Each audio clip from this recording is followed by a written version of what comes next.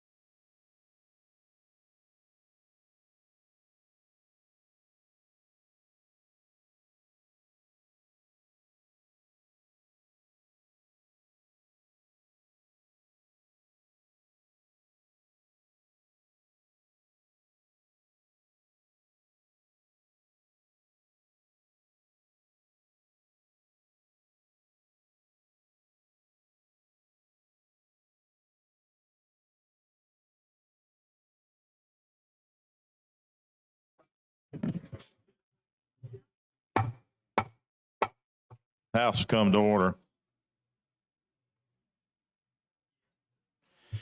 Remember, our prayer today will be given by Sheriff John Sharon of Chilton County. He's a guest of Representative Smith and Representative Betso. Let us pray. Our gracious Heavenly Father, Lord, just come to you today, Lord, lifting up these men and women today, Lord. Just ask you to watch over them, just bless them, Lord, just be with them, give them the wisdom that they need, Lord, to govern the state of Alabama. Lord, just watch over and just bless them, bless their families, Lord, for what they represent here. Lord, just ask you to watch over and bless the men and women, Lord, law enforcement, Lord, this week that have given the ultimate sacrifice. Lord, just watch over and just bless and protect their families, Lord, as only you can. Lord, just ask you to watch over and just bless each one. Lord, just thank you most of all for your son that died for us on Calvary, Lord, that might have eternal life. All these things we ask, Lord, to be in Jesus Christ's precious name. Amen. Amen. Members, today's Pledge of Allegiance will be led by Emmett Rassman, 11th grader of St. James, a guest of Representative Oliver. Attention, salute, pledge. I pledge allegiance to the flag of the United States of America and to the republic which stands one nation under God, indivisible, with liberty and justice for all. Clerk, call the roll. Mr. Speaker, Allman, Baker, Bedsole, Blackshear, Bolton, Boyd, Bracy, Brown, Butler, Carnes, Chestnut, Clark, Klaus, Cole, Collins, Colvin, Crawford, Daniels, Drummond, Dubose, Easterbrook, Ellis, England, Ensler, Estes, Faulkner, Fiddler, Fincher, Fort, Garrett, Gidley, Gavan, Gibbons, Gray, Hall, Hammett, Harbison, Harrison, Hassel, Hill, Hoke, Jones, Hollis, Hulsey, Hurst, Ingram, Jackson, Jones, Keel, Kirkland, Kitchens, Lamb, Lawrence, Lee, Lipscomb, Lomax, Lovern, Marcus, McCampbell, McClammy, Mooney, Moore M, Moore P, Morris, Oliver, Paramore, Pascal, Pettis, Plump, Pringle, Rafferty, Ream, Reynolds, Rigsby, Robbins, Robertson, Rogers, Sellers, Sells, Shaver, Shaw, Shed, Shiree, Simpson, Smith, Sorrell, South, Stadhagen, Standridge, Starn, Stringer, Stubbs, Tillman, Travis, Treadaway, Underwood, Wadsworth, Warren, Whit, Wharton, Wilcox, Wood D, Wood R, Woods, Yarborough.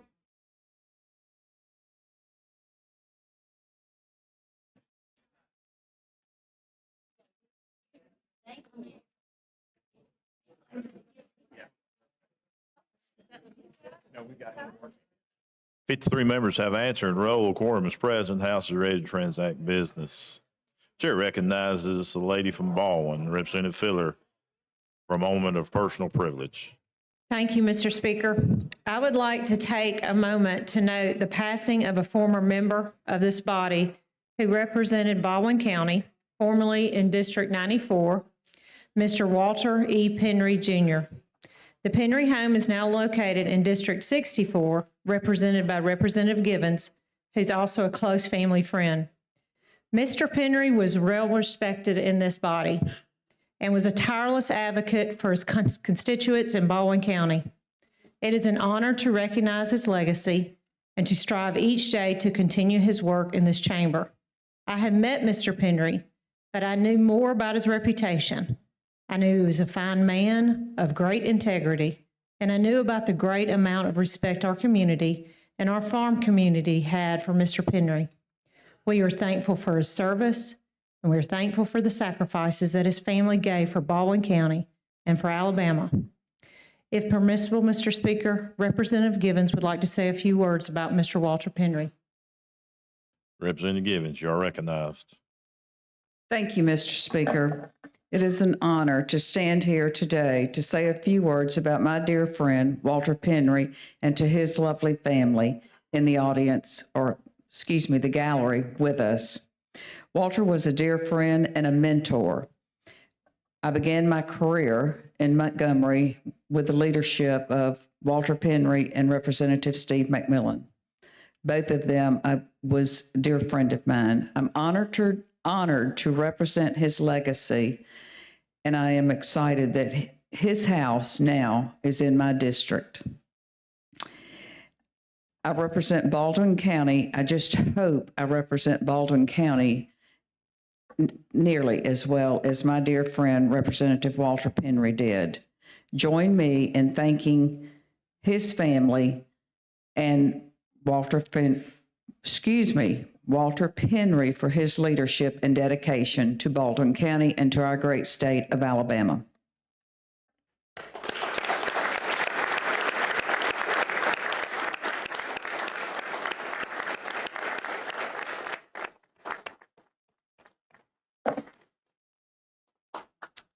Now I would request that the clerk read the resolution honoring Mr. Penry. Mr. Clerk, read the resolution for us. Whereas it is with great sadness and respect that we recognize Baldwin County native and former Representative Walter E. Penry Jr., who passed away on March 30th, 2023, after a long life of public service that included 6 terms in the Alabama legislature, representing the eastern shore of Mobile Bay and South Baldwin County, as well as decades of civic and community involvement. And whereas Mr. Penry was born in 1930 and grew up in Baldwin County, graduating from Fairhope High School in 1949 and going on to serve 2 tours of duty as a corporal in the United States Army and obtaining the rank of Master Sergeant in the Alabama Army National Guard.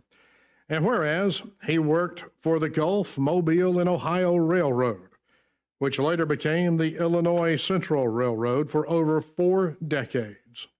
And whereas Mr. Penry was highly active and involved in his community and the South Alabama region, serving as a board member for the University of South Alabama Foundation for more than 30 years, serving Civitan International, serving as founder and longtime president of the Bell Forest Water System, where he helped bring water system service to rural portions of Baldwin County that had only had well water previously. And whereas Mr. Penry began his first term in the Alabama House of Representatives in 1979 and created a legacy of active service and advocacy for his district and for the region that included creating legislation that established Blakely State Park and allowed citizens to vote on the expansion of nearby municipal limits. And he fought to make sure that Baldwin County and Mobile County were able to keep a large portion of oil and gas revenue generated from their area, as well as statewide legislation that protected medical workers doing pro bono work by providing liability insurance for them through the state of Alabama. And whereas Mr. Penry is survived by his wife of 70 years, Jane Matthews Penry, his children and grandchildren, and whereas Mr. Penry served for 6 terms in the Alabama House of Representatives with distinction and honor until his departure in 2003 and was named Conservation Legislator of the Year in 1995 by the Alabama Wildlife Federation, or Foundation, Now therefore, be it resolved by the House of Representatives of the Legislature of Alabama that we respectfully honor the service, sacrifice, and legacy of the former late Representative Walter E. Penry Jr. And by copy of this resolution prepared in tribute, we commend his memory to the citizens of Alabama.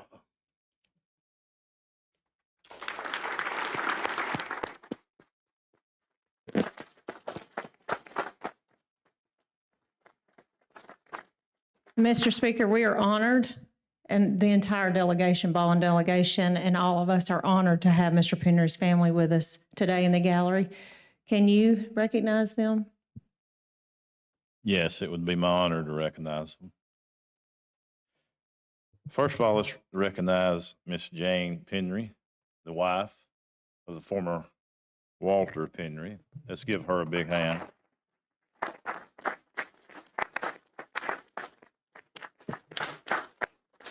I told her this morning, as we all know, the spouses they're involved as much as we are because they put up with everything we do, and thank you for your service. Also with them is Chuck Penry, the son of Walter.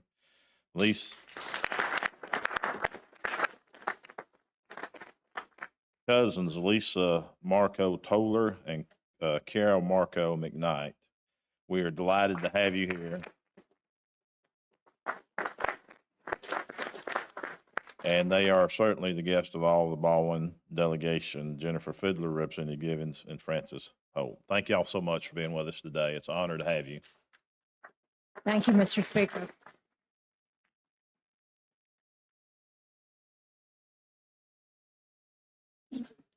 Is it possible to have this co-sponsored? I'm having a request.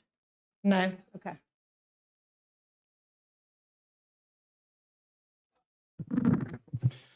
The chair recognizes the gentleman from Lee, Chairman Lovern. Thank you, Mr. Speaker. I request that leaves of absence be granted for absent members.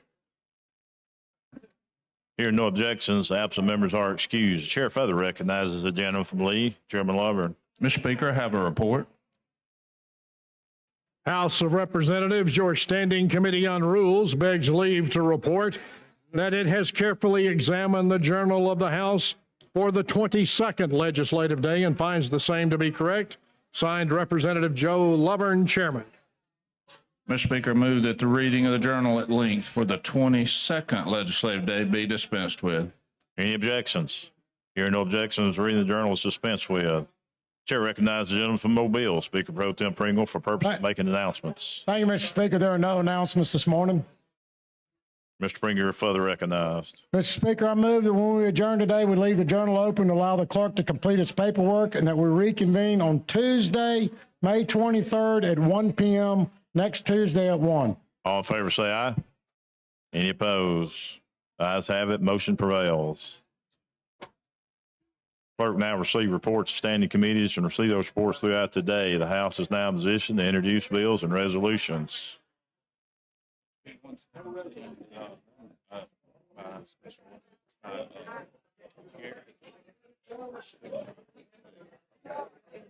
Chair recognizes the gentleman from Clark. The moment of personal privilege. Yes, sir. Thank you, Mr. Speaker. I just want to give my condolences to the Penrith family. Walter and I served together on the Agricultural Committee back in several years. I don't think there's many of us here. I think Representative Hall, Rogers, Boyd, and Allen, yes. We are the only ones that are left, and we were saddened to hear of his passing. And I want to say he was a great statesman. He worked to make Alabama a great state, and we honor his life and his legacy. Thank you, Mr. Speaker.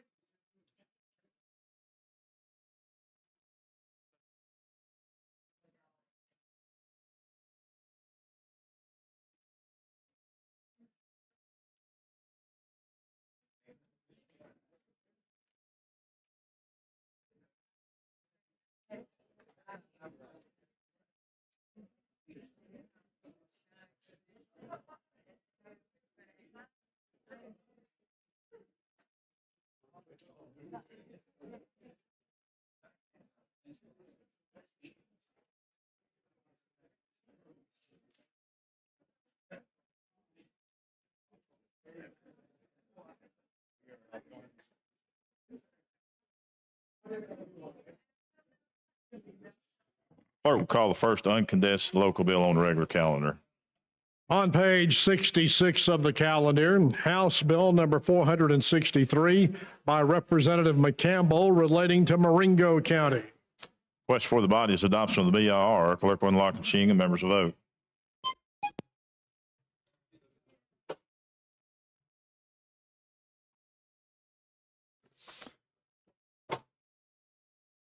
Clerk will lock the machine, record the vote, 61 ayes, 1 nay.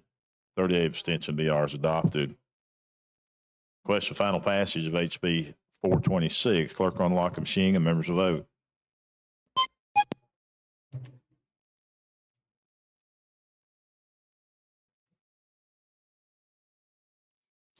Clerk will lock the machine and record the votes. 18 ayes, 0 nays. HB 463 has passed. Clerk, call next bill. On page 65 of the calendar, House Bill number 468 by Representative Harbison relating to the town of Garden City. Clerk, unlock the machine and members will vote.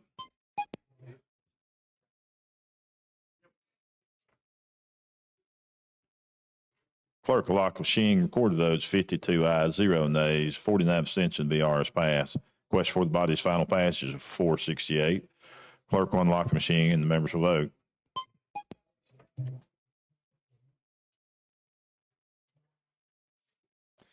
Clerk will lock the machine, record the votes. 9 ayes, 0 nays. HB 468 has passed. Clerk, call next bill. On page 67 of the calendar, House Bill number 470 by Representative Sells relating to the town of Brantley. Question for the body's adoption of the BIR. Clerk will unlock the machine and the members will vote.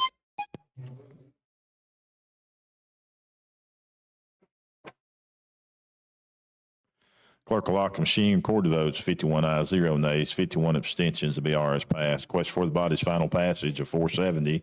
Clerk will unlock the machine and the members will vote.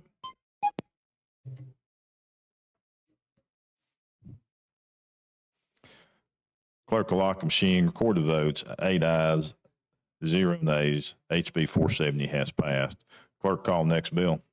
On page 67 of the calendar, House Bill number 474 by Representative Estes relating to Lamar County. Clerk, unlock the machine and the members will vote.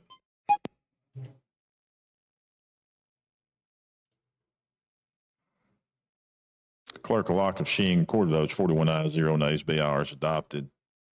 Question for the body's final passage of HB 474. Clerk will unlock the machine and the members will vote.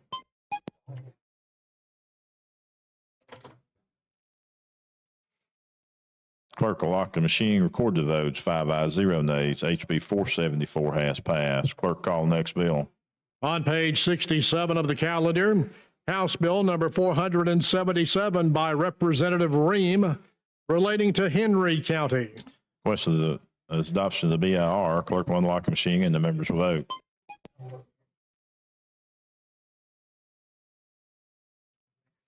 Clerk will lock the machine, record the votes. 49 ayes, 0 nays, 52 abstentions. BR has passed. Question for the body is final passage of HB 477. Clerk will unlock the machine and the members will vote.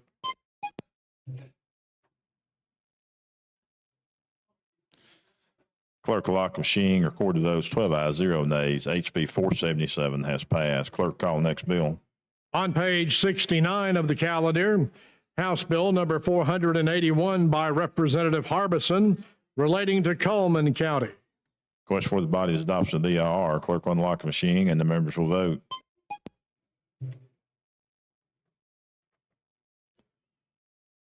Clerk will lock the machine, record the votes. 50 ayes, 0 nays. BR is adopted. Question for the body's final passage of HB 481. Clerk will unlock the machine and the members will vote.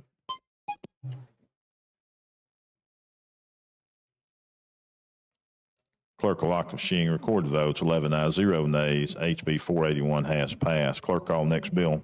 On page 61 of the calendar, Senate Bill number 276 by Senator Gavan relating to Madison County. Clerk will unlock the machine and members will vote.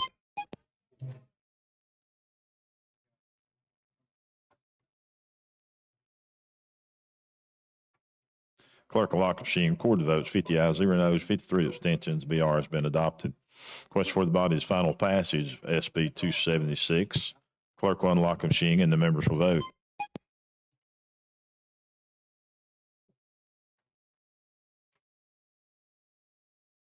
Clerk will lock the machine, record the vote. 17 ayes, 0 nays, 86 abstentions. SB 276 has passed. Clerk, call next bill. On page 65 of the calendar, House Bill number 469, a constitutional amendment by Representative Harbison relating to Coleman County. Members, remember this is a constitutional amendment requiring 63 votes. Clerk, unlock machine, record the votes.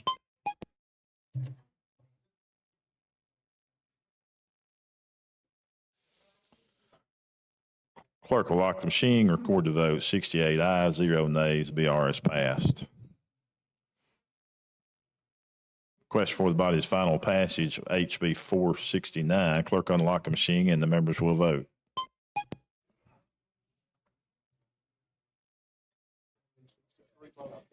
We still require 63 votes on this. It is a CA requiring 63 votes. Thank you. Clerk will lock the machine, record the votes. 69 ayes, 0 nays.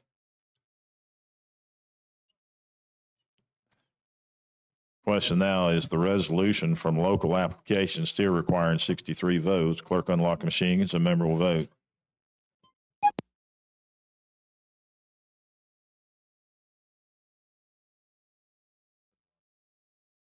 Clerk will lock the machine, record the vote. 67 ayes, 0 noes. HB 469 has passed. Chair recognizes a gentleman from Lee, Chairman Lovern. Thank you, Mr. Speaker. I have a resolution. Clerk, see the resolution. House Resolution number 210 from the Rules Committee, the special order calendar. Move for Chairman Lowe. adoption.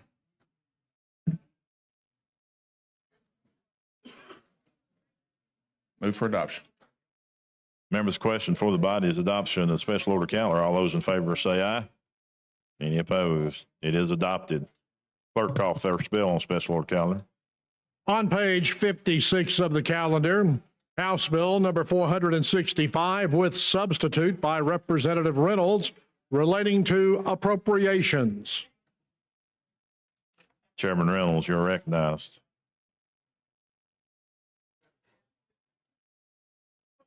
Thank you, Mr. Speaker. Body, this is the bill that we had discussed briefly yesterday related to the HJR. This is the first 10 million allocations from the opioid settlement funds. As we discussed previously, the 1.5 million of the 10 will go to extend the pilot program within the prison system. This is related to the injections to the inmates that are within 2 years of receiving parole. And then now this pilot program will then extend that in 2 years in the probationary period. And the vaccination blocks the high from the opioids in an effort to treat them and prevent them from going back on opioids once they're out of prison. The other 8.5 million body will open up as grants through the Department of Mental Health, and all opioid treatment, prevention and treatment providers in the state of Alabama can apply for grants through this. With that, Mr. Speaker, I'll call for the BR. And his question is adoption of the EIR. Clerk will unlock machines and the members will vote.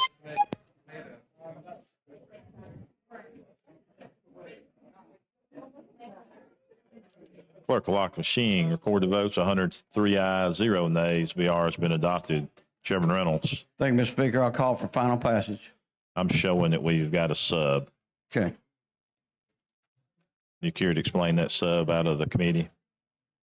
There was just a very small amendment to add the word prevention along with treatment. So now it says prevention and treatment, not just treatment programs.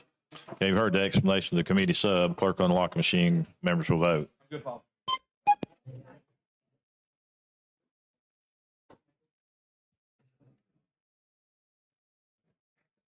Clerk will lock the machine, record the votes, 102 ayes, 0 nays. The sub has been adopted. Chairman Reynolds. Thank you, Mr. Speaker. I'd call for final passage. That is questions. Final passage of HB 465. Clerk will unlock the machine and the members will vote.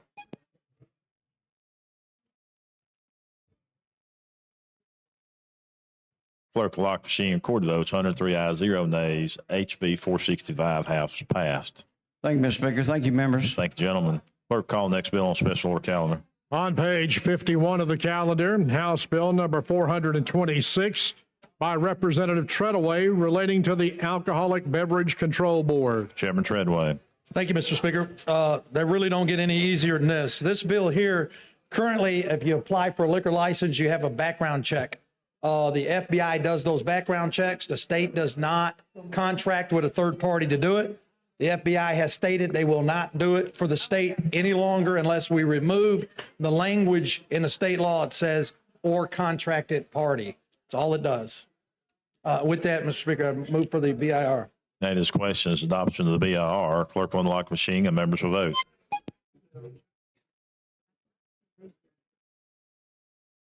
Clerk will lock machine and record the votes. 100 ayes, 0 nays. BR is adopted.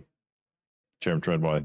There's no other questions. I move for final passage. That is the question, is final passage. Chair recognizes the gentleman from Clark, Representative Jackson.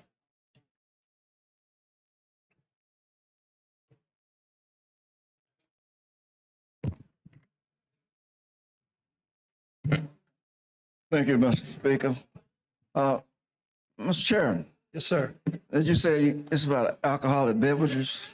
Well, it's actually about licensures. People apply for liquor license, go through a process of a background check.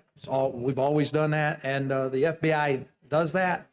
Have they always done that? Yes, my understanding, yes. What about AR-15? You A can't background check. drink one. You can't put it in the bottle. Oh, can't put it in a bottle. But I'm talking about background checks. You'll have to get with the ABC board on that. I don't think they do. I brought this up in committee. You're just having some fun. Yeah, But it's a good day. that's a good bill. I had a This is a good one. Good for you. bill. Good bill. Yeah. And you, my chairman down in public safety and homeland security, we want to secure the homeland, wherever the homeland is. This is my homeland. I got you. Okay, well, that's a good bill. And I'm with you. I say we want nobody talking against. We voted on the BR, and now we're going to vote for the bill. But I just wanted to get that out in the opening. We had a good friend that passed away, as I talked about it earlier. You weren't here when Walter served. No, Great gentleman, great gentleman. I came right after. And he was a great statesman, a great Republican, great man that you could communicate with. And he was straight up with you. He didn't give you no curveballs and knuckleballs. He gave you straight stuff. And he stood on his principles. So I want to share that, and hopefully that we can continue to carry that legacy on here, standing on the principles of character and integrity, and do what's best for the people of the state. So I think good bill, and I just wanted to bring in that background check. Thank you so much, Mr. Speaker. Thank you. Chair thanks the gentleman. Chair recognizes the lady from Jefferson, Representative Moore.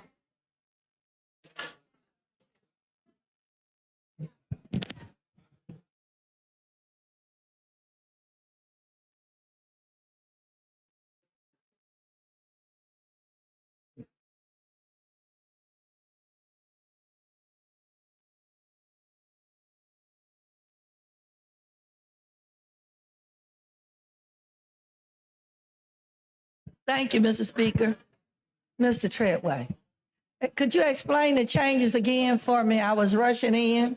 Okay, if you If look you could on be a little more specific. a little more, well, it's okay. Look on page 2, Okay, and look on line 50, okay, where it says, or any entity contracted with. Well, the state doesn't contract with anybody. oh, okay, For some reason, the FBI does not like that language, and they have requested it to come out, or after this year, they will no longer do the background checks okay, for the state. okay, I don't know how it got put in there. I was told we never contracted with a third party to do background checks. okay, The FBI has always done them, and so ABC says it's imperative that that language comes out, okay.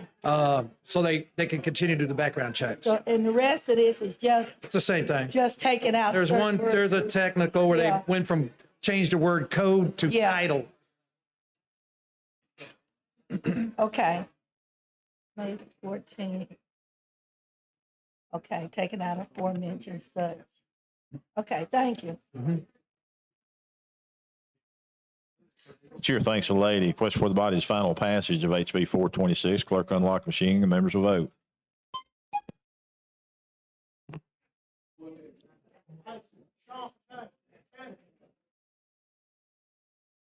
Clerk will lock the machine. Record the votes. 103 ayes, 0 nays. HB 426 has passed. Clerk, call next bill on special order calendar. On page 22 of the calendar, House Bill number 286 with substitute by Representative Stringer relating to public records. Thank you, Mr. Speaker. House Bill 286 is truly a law enforcement bill. It's one of the few times that we can actually protect those who protect us. I think today is an appropriate day to carry this bill, since today we'll have our joint session to honor the officers that have given the ultimate sacrifice to our state. House Bill 286 is a public records bill that would allow our police officers and judges and prosecutors to have their personal information redacted out of state, local, and county databases that would make it a little harder for someone to find them or locate them to cause them harm. And at the appropriate time, I would ask for the BR. That is question is passed to the BR. Clerk will unlock machines and the members will vote.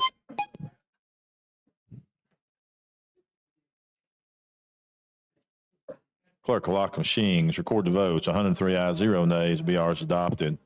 Representative Stringer. Yes, sir. This is a committee sub. I can explain the changes if needed. Here to explain it? Yes. Yes, please. sir.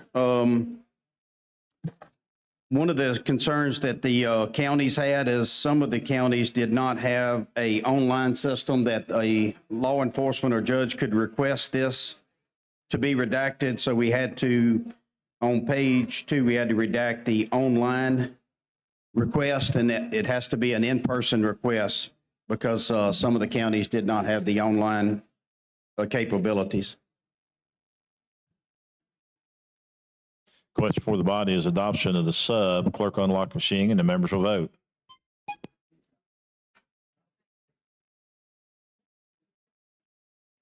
Clerk will lock machine. Record the vote. 103 ayes, 0 nays. Sub has been adopted. Yes, sir. And at the appropriate time, I have a amendment to the substitute. Yeah, floor amendment. Yes, sir. You care to explain the floor amendment for us? Yeah, it's a technical, whenever we did this and we had the online part of it, it was going to create an unfunded mandate for the counties. So since we took out the online part, that is no longer needed. Okay, you've heard the explanation of the floor sub. Clerk will unlock machine and the members will vote.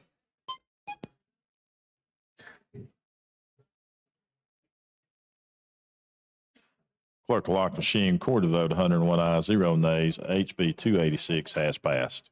Thank you, sir. No, that was floor sub. We got to pass it. Shane, we ain't passed it yet. Almost. Almost. Now it's time. Clerk, Representative Hall.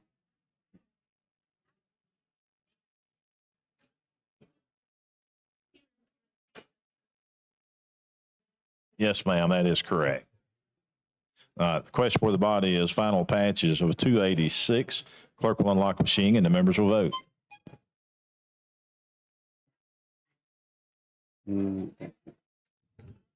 Clerk will lock machine. Record votes. 102 ayes, 0 nays. HB 286 is passed. Now. Thank you, sir. Yes, sir. Clerk, call next bill. On page 24 of the calendar, House Bill number 117 by Representative Garrett relating to taxation. Chairman Levin, you're recognized. Thank you, Mr. Speaker. HB 117 is a add-on to a bill this body passed last year that exempted the first $6,000 of retirement income. And all this bill does is take that threshold up to $10,000 individual and $20,000 for a couple retired filing jointly. And if no question, ask for the BIR. That is questions. Adoption of the BIR. Clerk will unlock machine and members will vote.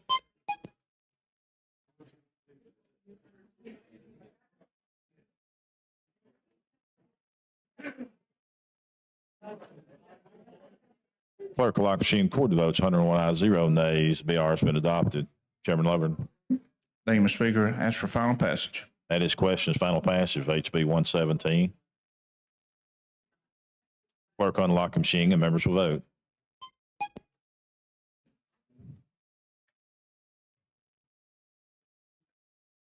Clerk will lock the machine. Record the votes. 101 ayes, 0 nays. HB 117 has passed. Clerk, call next bill. Thank you, Mr. Speaker, members of the body. On page 37 of the calendar, House Bill number 344 by Representative Treadaway relating to Jefferson County.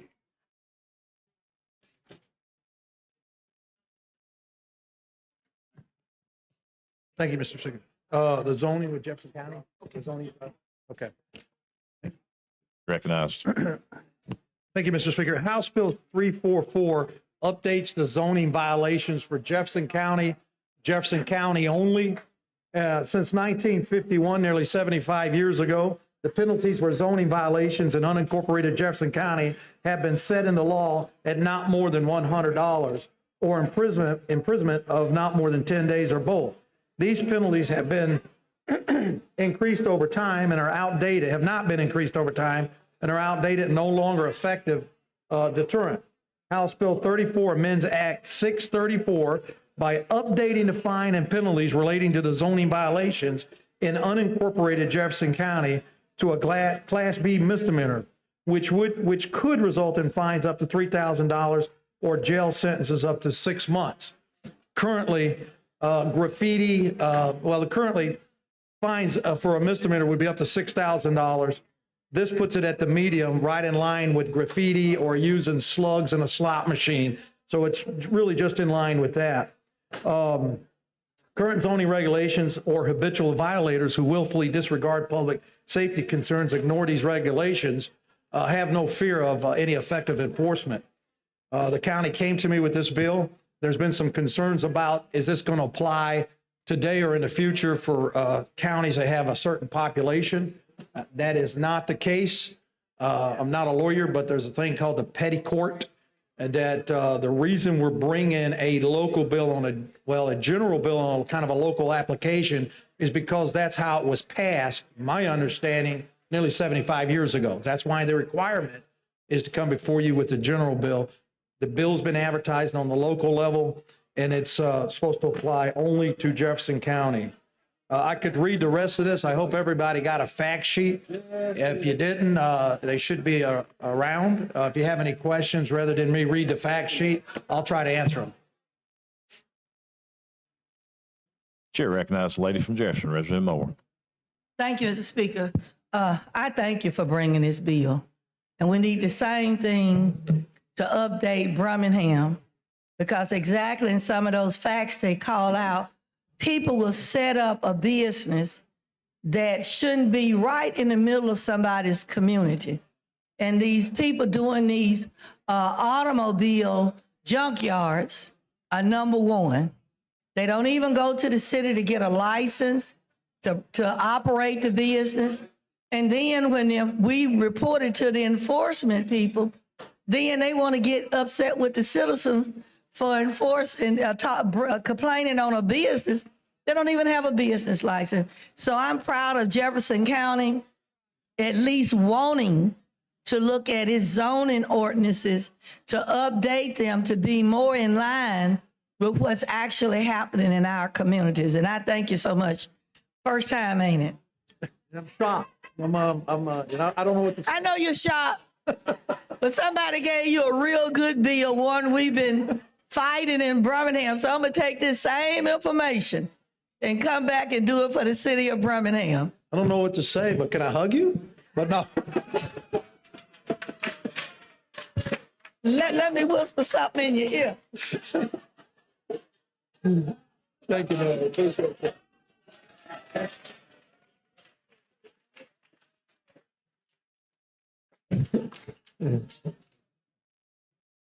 Chair recognizes the gentleman from Jefferson. I hope you don't hug him. Hold on.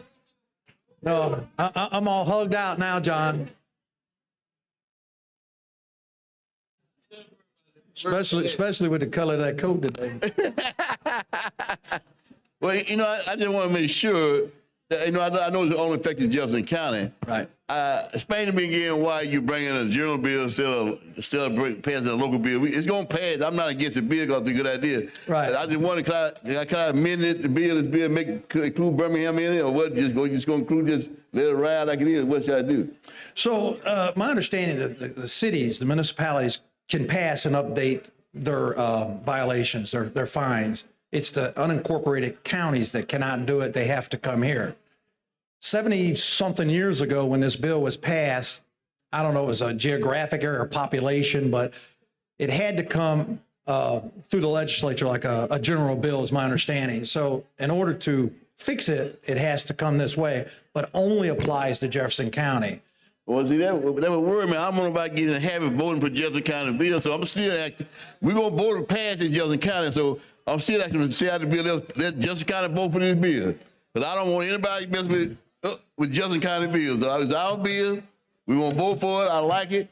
But I'm still asking everybody to stay out of it for Jefferson County. We're going to still pass it. But I don't want them to get the habit of voting for or against Jefferson County bills. You understand that? I understand. So let Jefferson County handle it. We're going to vote for it. We like it. Y'all just leave it alone and let us deal with it. We're going to vote for it. Thank you. I don't want to get in the habit of voting for Jefferson County bills, okay? I'm with you, John. We start a president, next thing I know, it'll be popping every Jefferson County bill in here. All right, thank you. So Yes, let us sir. go ahead and we're going to pass it. We like it. Just don't get in the habit of voting for Jefferson County bills. Thank you. Chair thanks the gentleman. Chair recognizes the lady from Madison, Okay. Representative Hall. Y'all leave, hold on, let us do it.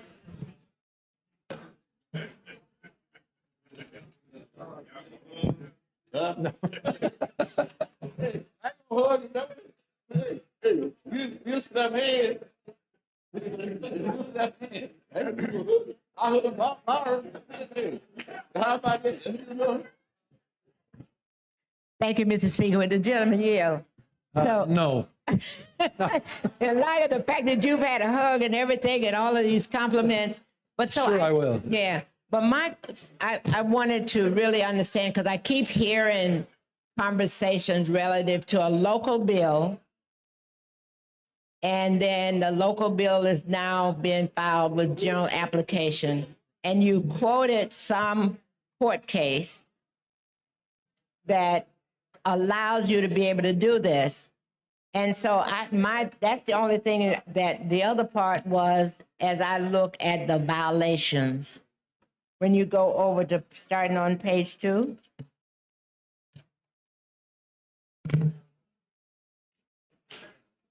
So when you get to page, well, yeah, that's right, page 2,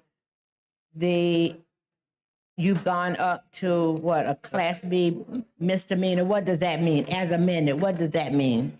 Well, my understanding that back 70-something years ago, the highest you can go up on a fine was $500 on a Class B misdemeanor. Today, Okay. that is $6,000.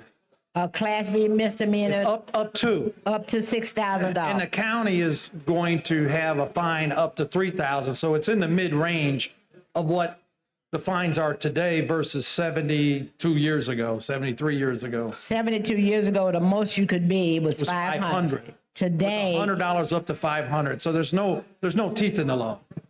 all right, but today you make that at least $6,000. 3. This bill will take it to 3. Oh, I thought I heard 6. Well, that is the maximum in today's law. But the county is proposing that they go no higher than 3, which would put it in range of folks using a slug in a slot machine or graffiti on a wall. So Hold on. we're talking about zoning violations that would be on par with those type of violations today. But so let me make sure I'm clear. You're saying Jefferson County is only going to go up to 3,000, but it does, where does that show? Where is that in the bill? Only thing that I see is on line 31, it is a Class B misdemeanor as amended. So there, and you said that amount could be as much as $6,000, but yet, I think, Laura, I've got another sheet here. It says, House Bill 344 updates a violation to a Class B misdemeanor, which could, I must have misspoke, which could result in fines up to $3,000 and or jail sentences up to 6 months. In 1950s, the maximum penalty for misdemeanors was $500, and the maximum penalty now for a misdemeanor is $6,000. Thus, moving this bill Class B to a Class B misdemeanor, $3,000 is in the middle tier penalty. So they were just using that as an example. but really, it is it is going to be, as it could be as much as 6,000. No, I think what they sent me here, what they didn't distinguish is, it says a misdemeanor could go up to 6,000. I Right. think they're talking about a Class A. They're putting this one at a Class B. That would only be able to go up to 3. Would you let them know they gave you the wrong information then? If that is, I mean, Pretty I don't smart to know. pick that up just now. I'm not a lawyer. But that's what I'm reading I'm here not- now. That's what they were explaining, that a misdemeanor could go up to 6,000 if it's a Class A. By putting this at a Class B, they're going into the middle tier at 3,000. And the only other concern that I have, as I've said before, is I've listened that we have local bills with general application, and I understand that you said there's a court order that allows this to occur, or there was a court decision. It has to do with, and that's something I've just learned recently, a thing called a petty court ruling. The Alabama Supreme Court has specifically held that open-ended population bills are not local bills, but rather a general bill law, and that it has to be changed by the petty court decision or a constitutional amendment that came into effect after the decision. All of the post-petty court decisions did not fix Section 106 of the Alabama Code. So because this is called an open-ended population bill, which is how it was passed 72 years ago, it has to be amended the same way, advertised on a local level, carried on a general level, but only applies to that local. So you did, it was advertised? Yes, yes. Okay, advertised on a local level, but yet a general because of the petty court. And what year was the petty court decision? Oh, Laura. I'm sorry. They didn't put the year on here, but Okay, all can right. I say recent? No. Thank you. Question for the body's adoption of the BR. Clerk will unlock the machine and members vote.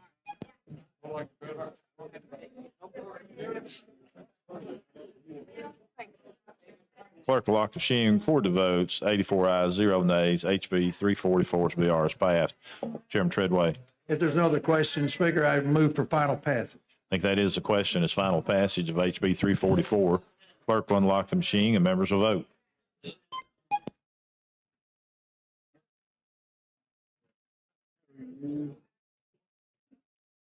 Clerk will lock the machine, record the vote. 67 ayes, 0 nays, 35 abstention. HB 344 has Thank you, Mr. passed. Speaker. Clerk, call next bill. On page 51 of the calendar, House Bill number 285 was substitute by Representative Lipscomb relating to the Board of Dental Examiners. Thank you, Mr. Speaker. This is every professional board has got certain rules that apply to the professionals for which they govern. This has to do with the Dental Board of Examiners. They have coordinated with the Alabama Dental Association to change some of their policies and procedures. With that, Mr. Speaker, I'd ask for the BIR. That is questions, adoption of the BR. Clerk will unlock the machine and members will vote.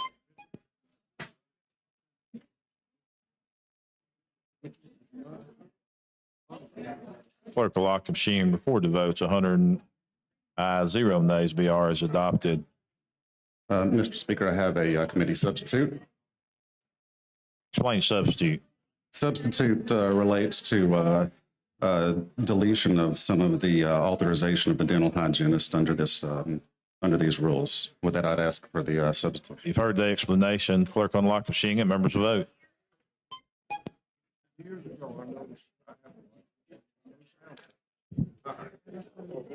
Clerk will lock the machine, record the votes. 100 ayes, 0 nays. Substitute has been adopted.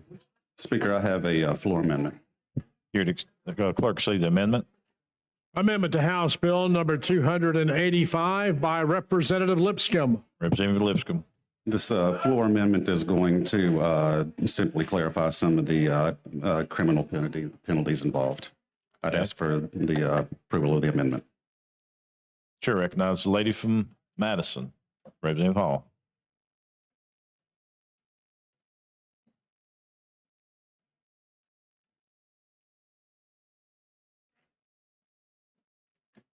Ms. Hall, you care to wait 1 second, please? I'm going to recognize Chairman Hill for a moment of personal privilege. Judge Hill. Thank you, ladies and gentlemen. Thank you, sir. Appreciate it. Ladies and gentlemen, I got two things I want to talk to you about. One of them is very, very, very serious, so listen up for a second. One of them is very, very frivolous. Listen up to that too. But listen up to the serious one first. David Kimberly, who's with ALI, this morning left here with a brain bleed. He's on a ventilator. So it is very serious. David's a good guy. David Kimberly, y'all have seen him. I deal with him a lot because I'm a lawyer and he is likewise. So David is somebody that we really need to be in prayer for, and we need to remember him. So how about join me in a word of prayer? Lord, we come to you now and we do pray for David. And we ask, Lord, for your leadership and your guidance and your healing touch on him. Comfort his family. Just be with David through this very difficult time, Lord. Just lay your blessings on him and your comfort on him and bring him back to his health, for we love him so much. For it's in Christ's name we pray. Amen. Amen. Thank you. The second thing I have, which is remarkably frivolous. Come here, Lee. Every year, I noticed several years ago that I got a light blue jacket. Don't have it on today. But I noticed that Alan had one. I said, shucks, let's get them together. So we've started doing this. And next Tuesday, and by the way, this is light blue. Some of you will come up with stuff and you say, gee, this is light blue. And no, it's not. So I've got a model here for those of you that say, boy, I couldn't have done a better one. Next Tuesday, wear a light blue jacket. If you got one, just if you want to, just for the fun of it. And ladies, this will work.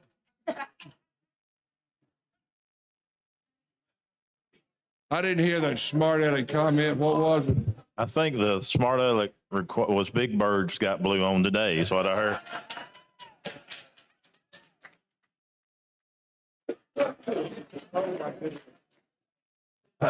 It'll be acceptable next week also. Thank you, Mr. Speaker. Thank you. And y'all do keep David in your thoughts and prayers, okay? Thank you, gentlemen. Representative Hall.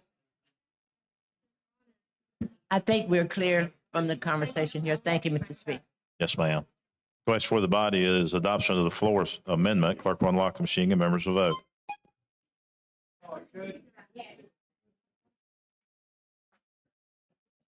Clerk will lock the machine. Record the vote. 101 ayes, 0 nays. Floor amendment has been adopted. Mr. Speaker, with that, I'd move for final passage. That is question is final passage of HB 285. Clerk will unlock the machine and members will vote.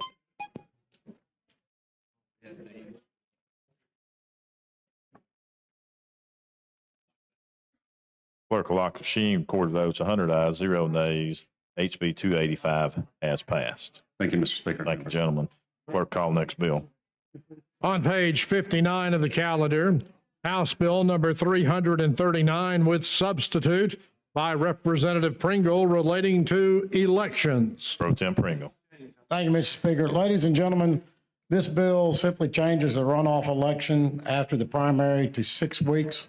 Originally, it was only for 1 year, but the probate judge has asked to make it permanently that after the primary, the runoff will be 6 weeks and not 4 weeks. That'll move adoption to BR. Chair recognizes the gentleman from Coffee, Representative Marcus.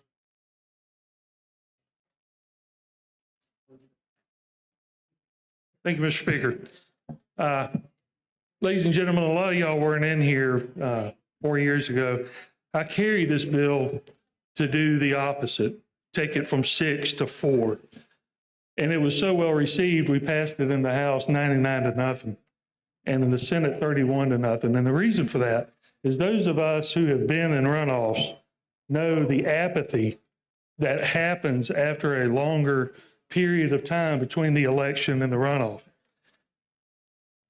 You know, this bill is interesting in many facts, in the fact that the probate judges have a problem with doing things in 4 weeks and want it to take to 6. And listen, I've never run an election. I've never been there, so I don't know the ins and outs. But I will say that the states around us, our sister states, not states that we do not have anything in common with, but states such as South Carolina, they do it in 2 weeks, runoffs.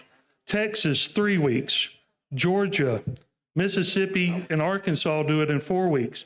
So my question is, instead of changing this and making it permanent, going back from 4 to 6, why don't our probate judges go to these states, our sister states, the states in which do runoff elections just like we do, why don't we go to them and ask them how to make it work in 4 weeks?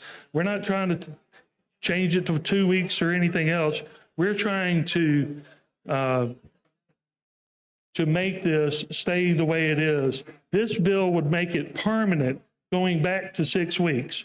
That is going to be an expense on you when you run for your next election. The next time you have a runoff, that's 2 more weeks that you're going to have to put money up to get that vote and get people out to vote. This will also take it past the 4th of July into the summer. And that is when a lot of people are on vacation after the 4th of July. So I just want y'all to be aware of this. And I ask y'all to keep it the way it is, which is at 4 weeks. Thank you. Thank you, Mr. Speaker. Chair thanks the gentleman. Chair recognizes the gentleman from Houston, Chairman Lee. Thank you, Mr. Speaker. Representative Pringle, you and I have talked about this bill. I couldn't say any more to solidify what he just said, but I think that if you just think about it, your caucuses, different caucus, both of them work very, very hard to raise money. And what we're going to do is we're going to throw a lot of money away the last 2 weeks, and it's going to be a burden on each one of us if you have to do it. Plus, your caucus is going to have to raise more money, and you've got other states that are doing it in less than 4 weeks. And as he said earlier, we all 100% agreed to change this from 6 to 4 last year. So I would at least think about it before you vote and think about, and if you're like me, my probate judge is a good friend and I think the world of him, and I'd put him up against any probate judge in the state. But this is one situation where I don't agree with the probate judges. I think we need to keep it at 4. Thank you, Mr. Speaker. Chair thanks the gentleman. Ladies and gentlemen, we had a 3-week runoff. And in the debacle in 2000, the U.S. government passed a bill called Help America Vote. And they did that, and they mandated that we had to extend the length of our runoff so we could let our veterans vote. And in 2006, it moved from 3 weeks to 6 weeks. And I got caught in that trap. I got caught and I lost an election by about 180 votes because everybody thought I had it won. It was July the 18th and nobody voted. So I've been caught in this trap before. But the problem, ladies and gentlemen, is simple. The probate judges in 2024, the 4-week runoff period is the Tuesday after Easter. And they're concerned about their ability to get their poll workers done and their election equipment into the voting precincts because so many of our voting precincts are churches. And I think in Alabama, we all understand how active churches can be on Easter Sunday. So it was an attempt by the probate judges to move it so that it would not interfere with Easter, Holy Week, and not be able to get poll workers to work. But rather than bounce it back and forth every election between 4 and 6 weeks, the committee decided just to make it a permanent 6 weeks.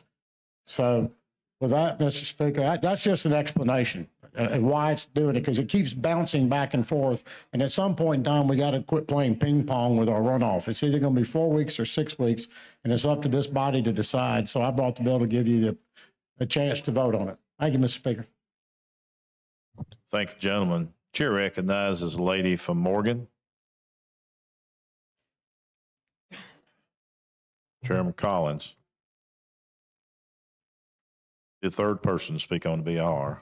Thank you, Mr. Speaker. I want to thank you for bringing this bill, and I understand everybody's point. I do agree. I like a 4-week runoff. This is like a perfect storm, and that's how it was explained to me, is that it's not just the 2 days after Easter. They're usually off on Monday, Thursday, and Good Friday. I mean, we're talking about almost a week that these people won't be at work, and it'll make a difference. I wish we had not changed it in committee personally and only kept it for this one election, which is that perfect storm. But I will, of course, go by whatever the body chooses. But I will be supporting my probate judge. Thank you. Thank you. Chair recognizes a lady from Jefferson, Representative Moore.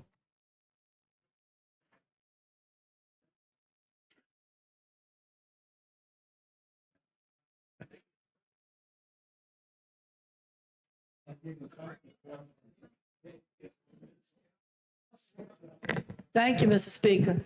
Gentlemen, I think this bill is needed.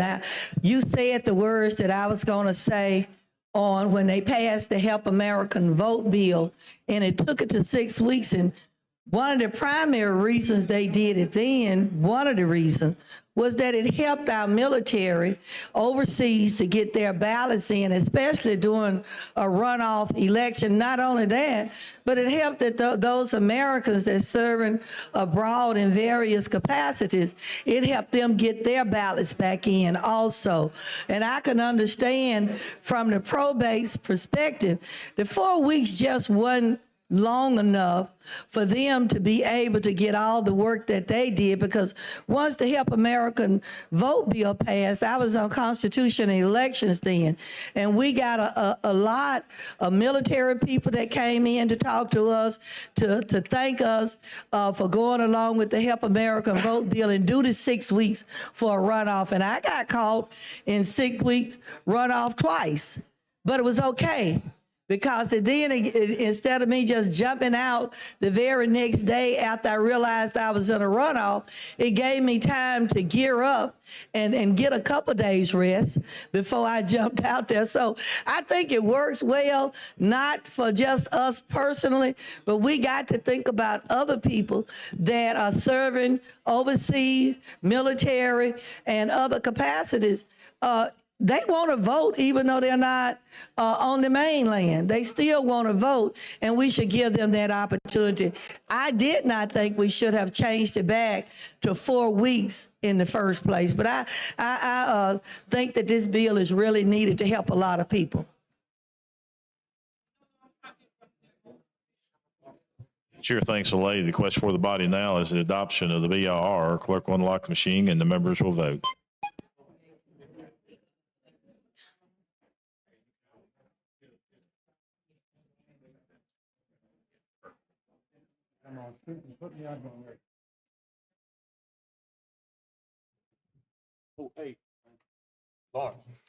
Clerk will lock the machine, record the votes. BR has passed. Mr. Speaker, the substitute by the Constitution Campaigns Election Committee makes this permanent. The original bill said just 2024. This substitute makes it a permanent 6 weeks. With that, I move adoption of the substitute. You've heard the explanation of the substitute. Chair recognizes a lady from Morgan, Representative Collins.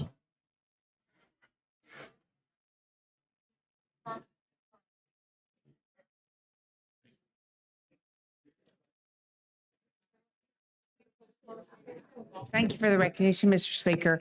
I do want to say that I believe this is our opportunity to change this back and have it just apply. I also agree with the committee. It's very confusing going back and forth, but I can assure you in 2026 or 28, no one's going to remember exactly how many weeks they had in 24. And so I would urge you to go back to the original, leave the bill as it is. Thank you. So if you I think we need some, wait a minute. I think we need some explanation of what we're doing. So this amendment moves it back to 4 weeks, or keeps it permanently 6 weeks. That's what the members need to know. The original HB 339 moved it to 6 weeks in the 2024 runoff. Okay, only. It left it at 4 weeks after that. The substitute made it a permanent 6 weeks. So if you adopt the substitute, it stays 6 weeks permanently, or unless we change it in a couple of years. If you vote the substitute down, it'll take it back to it's only 6 weeks in the 2024 runoff. And that was my urge to vote no on the committee sub. Okay, so is everybody clear? If you vote no on the substitute, you leave it at the original bill, so it's only a 6 week in the 2024 runoff. Okay, does everybody understand? So if we vote no, it goes back to the original, and it's just the one time it moves for 6 weeks. It goes back to 4 weeks after that. Is everybody clear? Clear as mud. Okay. Chair recognizes the gentleman from Blount, Representative Standridge.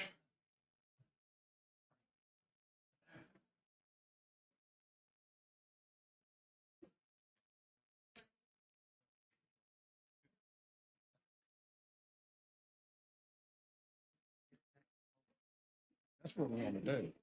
Y'all just vote. Thank you, Mr. Speaker. I just wanted to address this, being a former probate judge. Now, I want to understand clearly, the original bill just had it move into 6 weeks. Original bill just had it move into 6 weeks next year because of the holiday and complications that the probate judges had of getting that done around that Easter holiday. Exactly. Right? That was the original bill. So this substitute, though, would make it permanent. Exactly. And why is the reason for that? I mean, is that something the probate judges asked for, is the permanent? No, it was just clarification to keep it simple instead of moving it back and forth. We just figured we'd make it a permanent 6 weeks. But if the body wants to make 2024 6 weeks and go back to the 4 week after that, you're going to have problems down the road, but they could be 8 or 10 years away before you run into this trap again. But we've run into the problem. We've actually had a primary election day in Mobile, Alabama on Mardi Gras Day. Now you try and have a primary election downtown Mobile with parades circling the whole city. We pulled it off. Well, just my experience, and from a candidate standpoint and probate judge standpoint, I like the 4 weeks. I know that it's a little tight on probate judges. I just think for the system and for the candidates, I like the 4 weeks. I do understand the request around the holiday, for that. So, unless there's some really big reason to move it permanently, I would like to keep it at 4 weeks unless there was something new. Because one thing that changed with the military voting is they primarily do that electronically now. And so that time factor is not what it was when we needed it 6 weeks. So they're able to get those ballots back in a timely manner because of the electronic voting that they're able to do in the military now. So, unless there's some really big reason, I would, my preference would be to take care of this next year, but go back to 4 weeks. So you're going to vote to no on the substitute then? Okay. Chair, thanks the gentleman. I think we're all clear now. So if you want to do the one year for the holiday, your vote would be no. If you want to keep it permanently, your vote would be yes. Clerk will unlock the machine and the members will vote.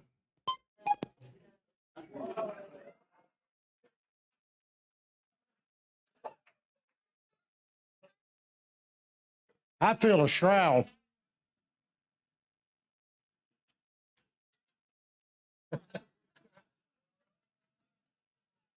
Clerk will lock the machine, record the votes. 10 ayes, 86 nays, 7 abstentions. And the sponsor has asked for co-sponsors on this bill.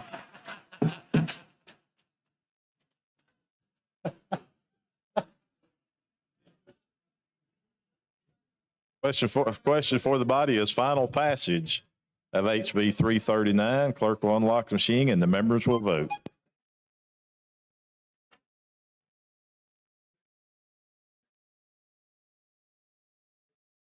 That's a little prettier. Thank you. Clerk will lock the machine and record the votes. 91 ayes, 11 nays. HB 339 has passed. Thank you, Mr. Pro Tem. Clerk, call next bill. On page 50 of the calendar, House Bill number 422 by Representative Wadsworth relating to wakeboarding. That was last night at the Beach Boys concert, right? Right, yeah. That's right. You are recognized. Thank you, Mr. Speaker. This bill is brought by me, however, it's supported by, and it only applies to Smith Lake and the representatives from Matt Woods from Walker County and Representative Harbison are also in support of this bill. They also covered the Smith Lake area. What this bill does, and it's similar to the bill in Tennessee, it basically says that if you have a wake boat and you're doing wakeboarding or wake surfing, that you have to be 200 feet away from the shoreline or from an obstacle on that. Because what wake boats do, they create a bigger wave, and sometimes what that does is that interferes with the people that are on docks. And the Department of Conservation and ALEA have to put out notices that, about this. And also during the first year, the only thing they can do is just issue a warning. They cannot issue a citation.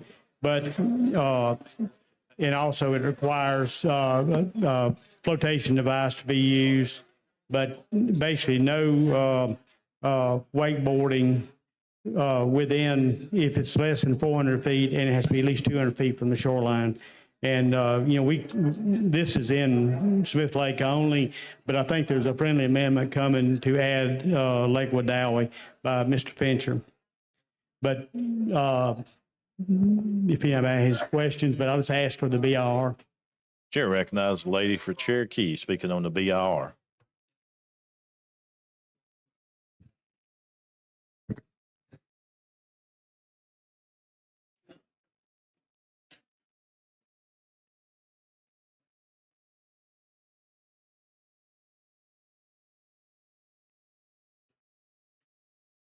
Thank you, Mr. Speaker. So let me understand your bill a little bit. It would require wake boats to be a certain distance from the shoreline, and this is to protect the shoreline and property from the damage of the boats, and it's a safety issue. That's correct. That's correct. That's a really good idea. I wished I'd thought of that. It's sounding really familiar. As a matter of fact, I think we've had some discussion, but you were in opposition at that time. It's just really funny how things turn around, and now you're carrying the bill. And I just had to mess with you. I have no problem. We all learn. Question for the body is adoption of the BIR. Clerk will unlock the machine and members will vote.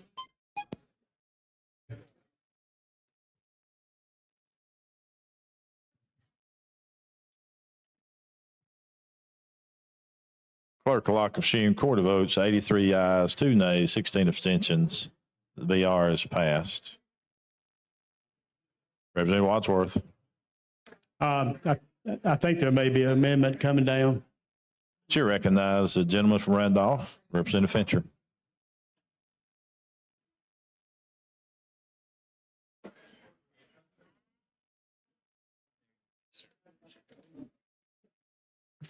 Thank you for the recognition, Mr. Speaker. Gentlemen, yield. I do. This bill was written for Smith Lake. That's correct only. But we are also having tremendous problems out on Lake Wedowee, and our Property Owners Association has come to me and asked that we move in this direction as well. And I hope this is a friendly amendment. I've discussed it with the sponsor in the House and the Senate and the other House members. The amendment that I bring before you now just adds Lake Wedowee and the R.L. Harris Reservoir to the bill with the same restrictions on wakeboarding and wake surfing, which is destroying and eroding the shoreline of the lake and destroying flotation piers that are floatable piers and that sort of thing are being destroyed on the lake. And it's a property owner kind of thing. If you invest your money in something, you'd like not to see it destroyed. It's a friendly amendment.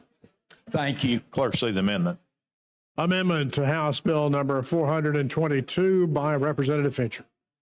Have you heard the explanation of the amendment? Ms. Hall, you want to speak on the amendment? Yes, ma'am. Chair recognizes the lady from Madison, Representative Hall. Thank you, Mr. Speaker. With the gentleman, I just wanted to know. All right. So line 8, you put it in, and R.L. Harris. Basically, what it does throughout Representative Hall is it adds Lake Wedowee and R.L. Harris Reservoir to every place where it mentions Smith Lake. Okay, but after, on the next line, it said to regulate and prohibit wakeboarding. That's already included. So you've added that as well? No, I think it's just a completion of that line as they fill in. The whole lines are being replaced, and that's already there. That's just they're inserting it into the line there. So Okay. that's not adding anything really. All right, and then 41 is just adding those names. Right. And then on line 58 is adding those names. Right. And those are the 4 places that it appears in the bill. And a person may not engage in. Yeah. And that's finishing the line. That's all Thank you. that is. Thank you so much. Thank you, Representative Hall. Question for the body is adoption of the amendment. Clerk will unlock machines and the members will vote.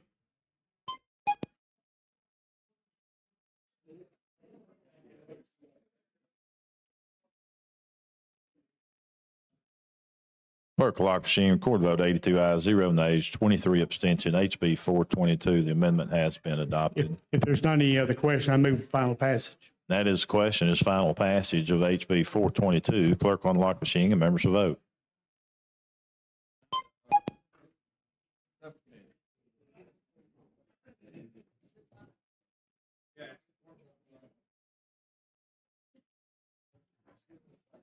Clerk will lock machine, record the vote 69, 7 nays, 28 abstention. HB 422 is passed. Thank you, Mr. Speaker, and thank you, body. Thanks, gentlemen. Chair, clerk, call the next bill. On page 49 of the calendar, House Bill number 433 by Representative Hulk Jones relating to the Opioid Use Act. Representative Jones, you're recognized. Thank you, Mr. Speaker. Members, this bill has to do with the MAT Act, which is the Medication Assisted Treatment that was passed in 2019. Has to do with opioid treatment and the use of bupropion.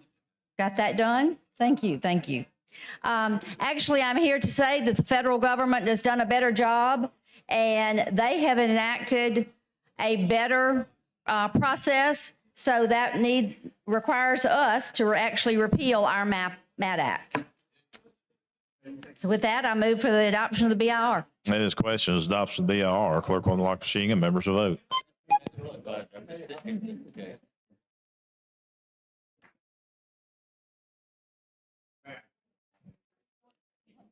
Clerk will lock machine, record the votes 102 ayes, 0 nays. The BR has been adopted.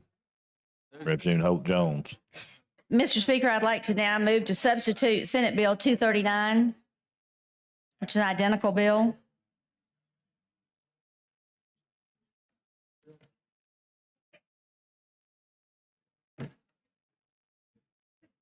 Move for the BIR on Senate Bill 239? No? Hold on just a second. Come on.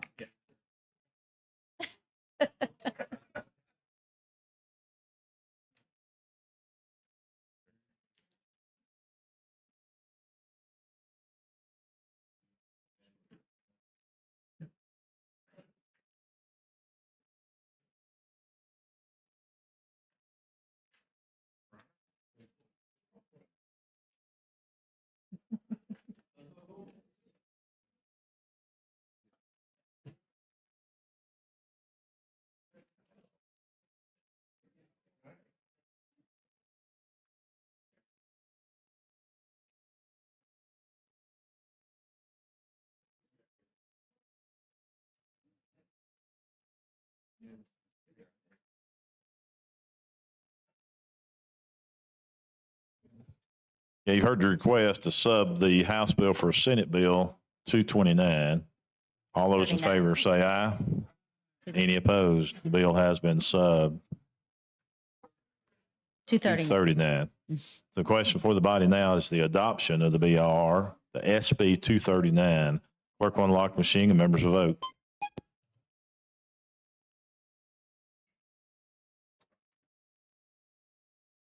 Clerk will lock machine, record the vote 104 ayes, 0 nays. SB 239's BR has been adopted. Mr. Speaker, I move for final passage. That is the question, is final passage of SB 239. Clerk will unlock machine and members will vote.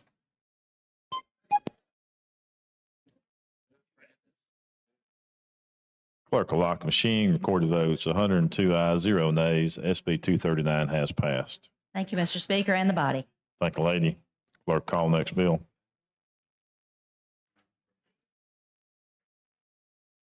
On page 33 of the calendar, Senate Bill number 120 with substitute by Senator Coleman Madison relating to crimes and offenses. Representative Wadsworth. Thank you, Mr. Speaker. I've got a sub on this bill. I'm moved for if there's any question, do I need to address the sub first? Okay. Move for the BIR. That's correct. That is questions, adoption of BIR. Clerk will unlock machine and members will vote.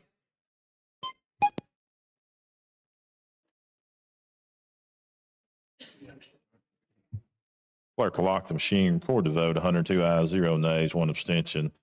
The BR has been adopted. Now, I'll explain the sub.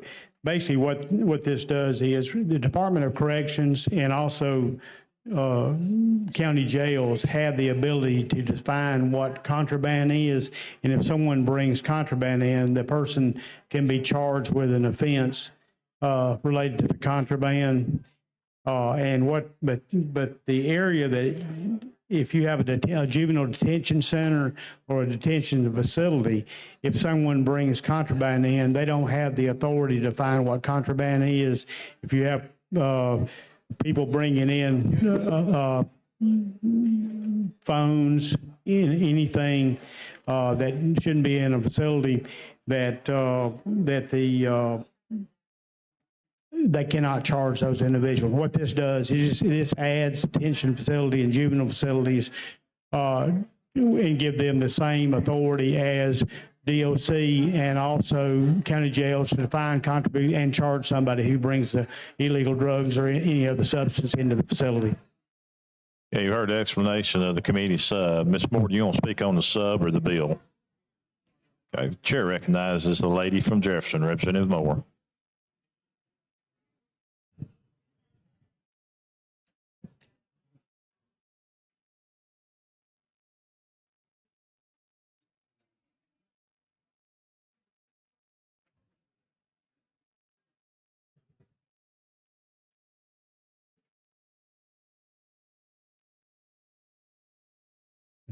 Thank you, Mr. Speaker.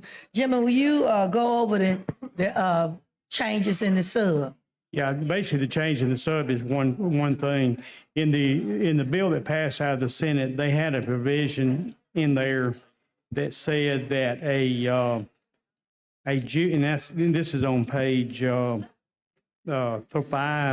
It said that if notwithstanding this section, no juvenile who is confined to the detention facility shall be guilty of promoting prison contraband. Okay. That was in the Senate Right. bill, and when it came down in the sub, we deleted that out because basically what it ended up being is if they had contraband, a juvenile had contraband in there, there'd be no way all you're gonna do as an adult would just give it off to the individual, and then nobody could ever be charged on that. And that's the only thing. It strikes that portion out, and that's on page 5. Page 5 is what, line 116? It's 116 through 19 was struck out. Okay. And it's my understanding that Senator Singleman had brought that in the Senate, and it's my understanding that that he has now agreed to that. To have that whole section removed. Strike that out because Okay. it would defeat the purpose of the bill. Okay. Okay, thank you. Chair thanks the lady. Chair recognizes the lady from Montgomery, Representative Morris, speaking on the sub.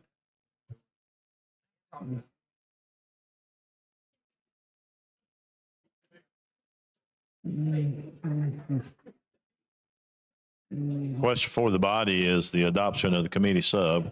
Clerk will unlock the machine and record the vote.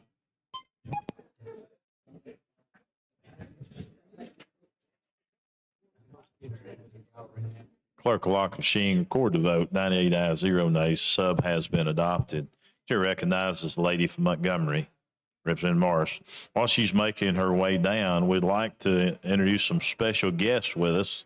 We had a chance to meet with them this morning. We have some students from Denmark studying American politics. Let's give them a big hand. Thank you guys for being with us today.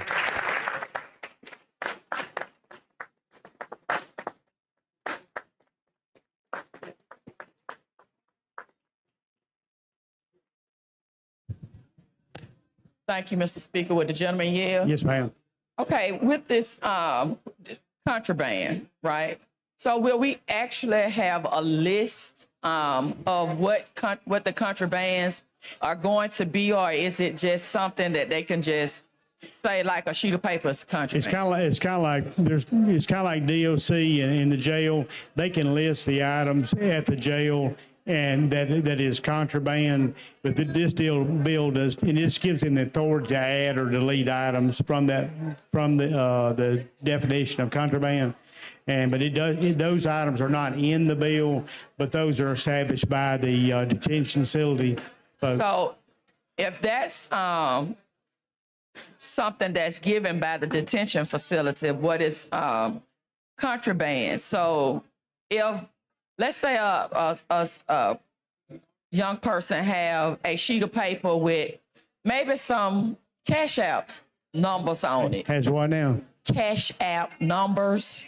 I don't know if you know exactly what that is, but it's a certain way to pay. Like if I have Cash App and you have Cash App, I could send you $20. You could send me some money. It's just a way of exchanging money. So let's say one of the young people have a sheet of paper that got some Cash App numbers on it. Would that be labeled as a contraband, or we just don't know what it is that they're going to actually say that's contraband? It would be up to the detention facility to make a decision what is contraband and provide a list of what is contraband. Okay. See, that I guess that's the problem that I really actually have. Yeah. Because we don't have a list of what is the contrabands, right? So we're just going to have a lot of people that's going to just sit down and say, at that moment, that I feel like this sheet of paper that you had with some numbers on it can be contraband. I feel comfortable that just like the Department of Corrections and also the county jail, they provide a list of what is contraband to prisoners, and I feel comfortable that the detention facility, juvenile detention facility, will provide that list to say these are things you can't bring in, and that's what I've seen, at least with respect to the county jails. But there'll also be a leeway in there. I mean, even if they write it out and say that this is our contraband list, right? Ma'am. I know you can't hardly hear me, but even if they write out a list that's saying, okay, this is the list for contraband. Yes.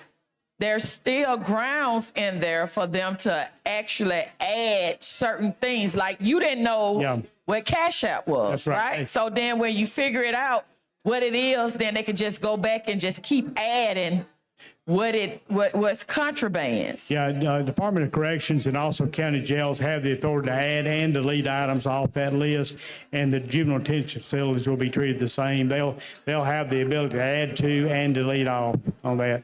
And I would expect they provide that information or have something on the wall that says these items cannot be brought in. Okay, so will we be able to later, would you be able to actually bring that list and let us actually see what it is that they have listed, what's contrabands? I can talk to the representative that helped me on this bill, and that works with the juvenile detention center, and provide a list of what they deem to be contraband. Okay, because I like I said in committee, I actually know what they are trying to do with this bill, but sometimes we have unintended consequences, and then these are young people that we're talking about, and we're not trying to make it where that we're going to have young people adjudicated to the prison system. Yeah. You know, that was my biggest fear with this bill. And because we don't have a list of what it is, actually, we're just saying contrabands. And I know for a fact that I've seen someone in DOC get a write-up or get something what they call a write-up in on a slip for Cash App numbers. Okay. That's why I actually brought that up. It wasn't used. They just had a list on a sheet of paper with some Cash App numbers on it, and it was considered, and they got a write-up for it, and it was just on a sheet of paper. Yeah, one thing that's really important is that and I've had this situation where, cell phones are contraband in DOC, but I've actually had a lady bring me a bag of receipts where her son was in DOC, and they had a cell phone. They would call her, and you'd hear him screaming in the background, and they were extorting money from her. But by saying if you don't go down to Walmart and get your card and send them funds, that they were going to hurt her son. Well, in the juvenile detention center, and if that was to occur in the juvenile detention center, there wouldn't be anybody, there could not be anybody charged with anything for attempting to extort money by having that cell phone. Yeah, I get that, especially with the cell phones. I'm saying the cell phones is a big problem. Yeah. In the facilities, but we also have to realize and understand that the people that's actually incarcerated are not bringing the cell phones into the facilities. Yeah. So we got to look and find out how the phones are getting into the facilities.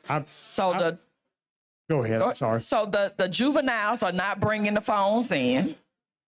The people that's incarcerated in DOC are not bringing the phones in. So I think we have all established that, but we keep targeting them for things that we know they're not actually bringing into the facility. Yeah. So we're going to have young people. Now, we got older people that's in DOC that we know for a fact going to accept the cell phone. Yeah. And we want young people that's 17 and 16, 15, 13, 12 to not accept a cell phone and take responsibility for it. And again, I understand, I talked to a couple people from the youth facility, and I understand exactly what they're trying to do.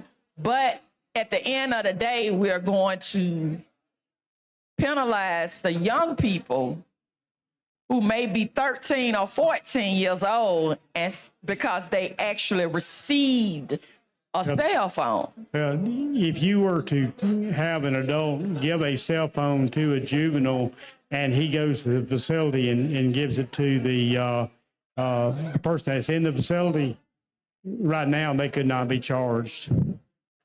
Again, I understand that part with now if we're gonna target the people who actually bringing it in, then that's one thing. But if we're gonna target the juveniles, this targets both. Anybody that violates. But the juveniles can't bring it in. That's my whole point. They cannot bring in a cell phone.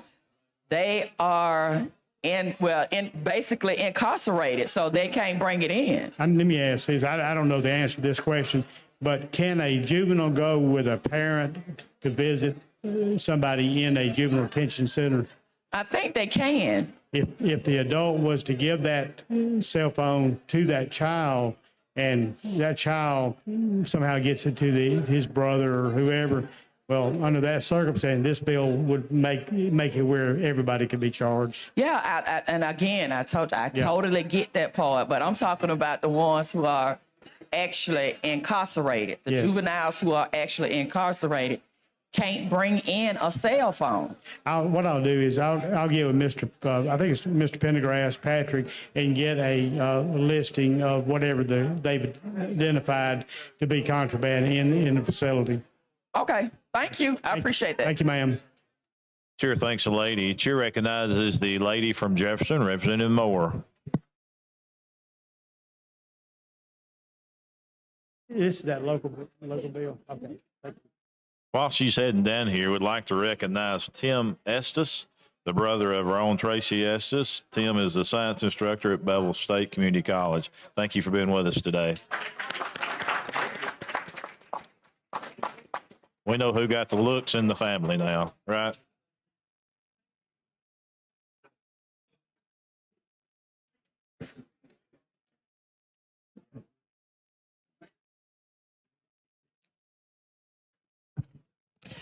Thank you, Mr. Speaker. On page 3, let's see. line 61.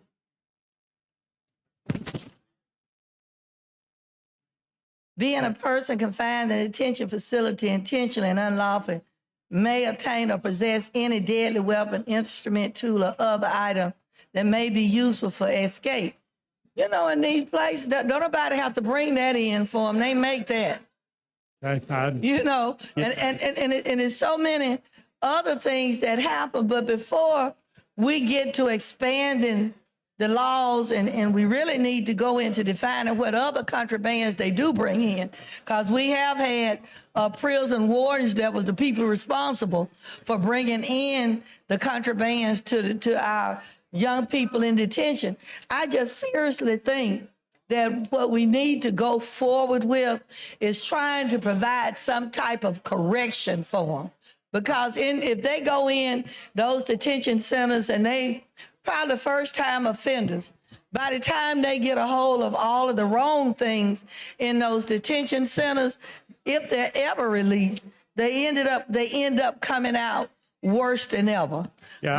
But just looking at this bill, I think my greatest heartache is even when you in your definition series, you still don't give a clear definition of what a contraband could be. Yeah, this is similar to DOC and jail that they actually have the ability to find. But we need to know too, because some of the things that they might talk about, we can offer up them something better. Yeah. But it just bothers me when we do these cloudy issues where we at least give us something more to work on. Yeah. Because what it also does when we give them that liberty, they can add something that is unreasonable. Yeah. Because we didn't put anything specific in our bills. You know, I appreciate a person that could work in any form of the prison system, especially in detention centers for young people. But at the same time, we also have enough evidence that the people that's working there have been part of our problem. And we don't do anything. I think we've had a couple of bills early on where we ended up working up something to be more strict and restrictive on the inmates, but we still don't want to address the issue where we've got those people that's working in these centers. We don't do anything to correct their action. So I think that that's one thing that we need to look at, because some of these young people wouldn't know if the workers hadn't exposed them. Sometimes the worker exposed them to the contraband before the inmates do. Yeah. So I think that's something for us to concentrate on and try to do better about being more specific in the bills that we have when we're talking about contraband, because I don't want to leave the leeway where it's something that normally we wouldn't consider as contraband, but maybe somebody in the facility got something against somebody and they will come up with something so minute to put against that person. Because we've had that to happen where we've had to, parents have called, we've had to call and see if we could look in more details at the situation. And then it comes up as something just because somebody in administration had something against that one person. And that not only happens in detention centers, but it happens in our adult prison population as well. Yeah, thank you for your comment. Chair thanks the lady. Chair recognizes the lady from Jefferson. Ready? Representative Cavan. Okay. Question for the body is final passage of HSB 120. Clerk will unlock the machine and members will vote.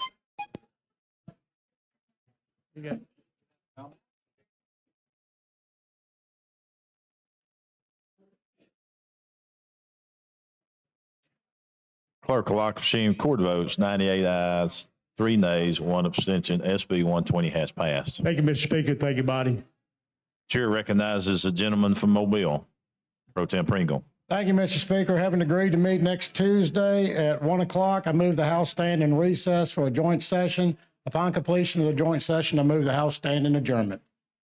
You've heard the announcement. After the joint session, the House will stand adjourned. All those in favor will say aye.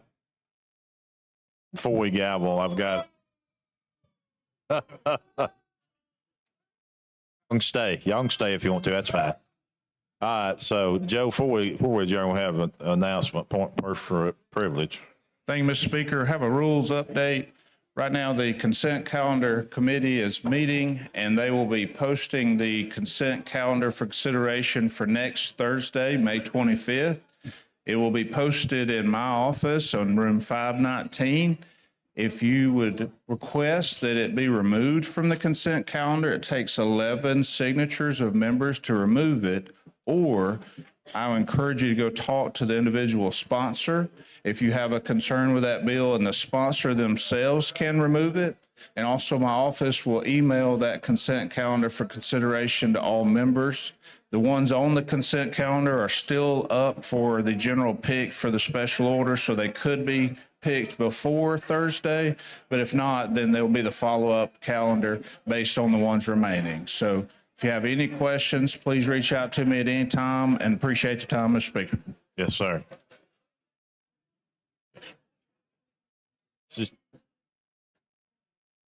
Yes, I mean.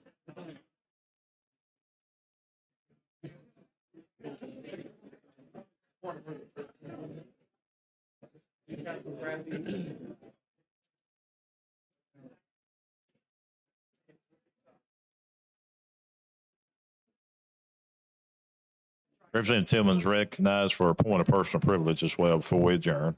Thank you, Mr. Speaker.